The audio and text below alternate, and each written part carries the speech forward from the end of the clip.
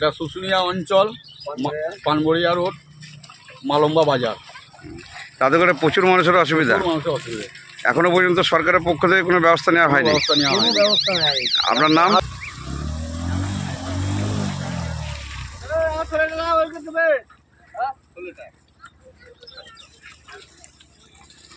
যেতে পারবেন না।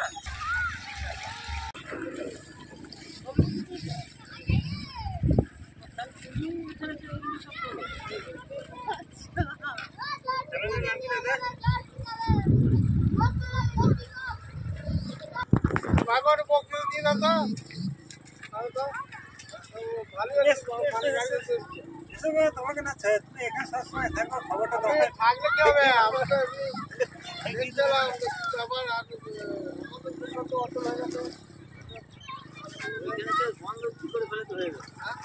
বন্ধ যদি হয়ে যায় ঠিক আছে।